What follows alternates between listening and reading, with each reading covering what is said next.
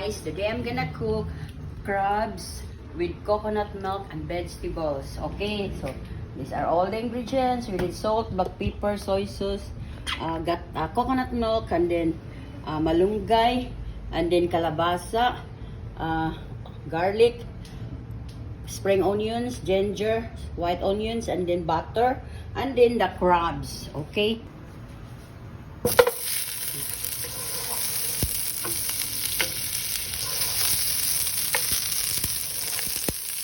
Okay, and then we're gonna saute the garlic.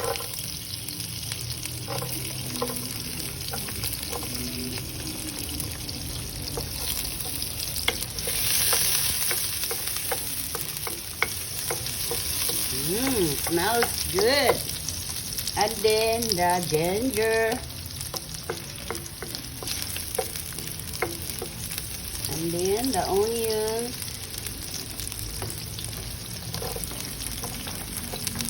Lots of onions. So that it's yummy.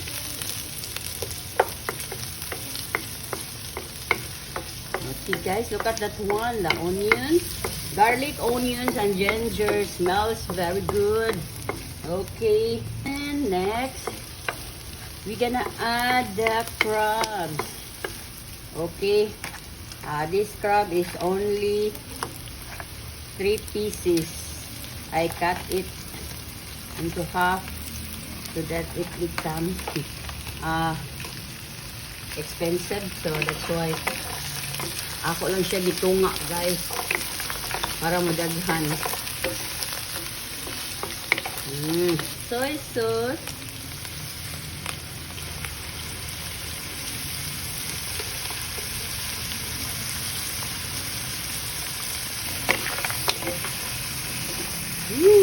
Yummy guys. Before we add the coconut milk, I'm gonna add the squash so that it's not good na inisad ma-overcook sa ng crab. So ako nang sila idungan para malasa pod ang squash guys.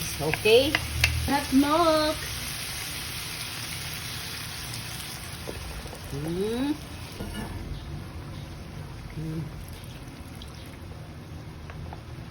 Another water, and then guys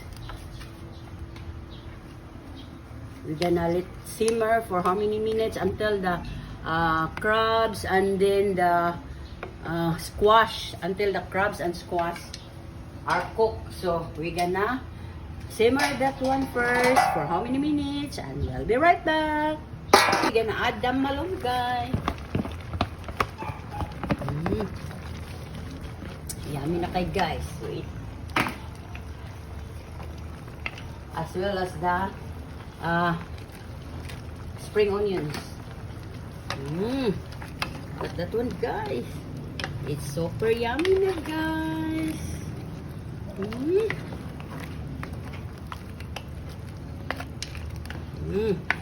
Lutong luto na guys. So okay,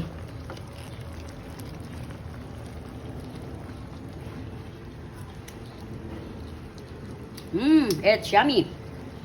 The reason I use this one guys, because this one I used already earlier, and then okay, so that's why I use a spoon, because it's not good if you from your mouth and over there, so the food is not good. So we need to prepare the food properly and clean.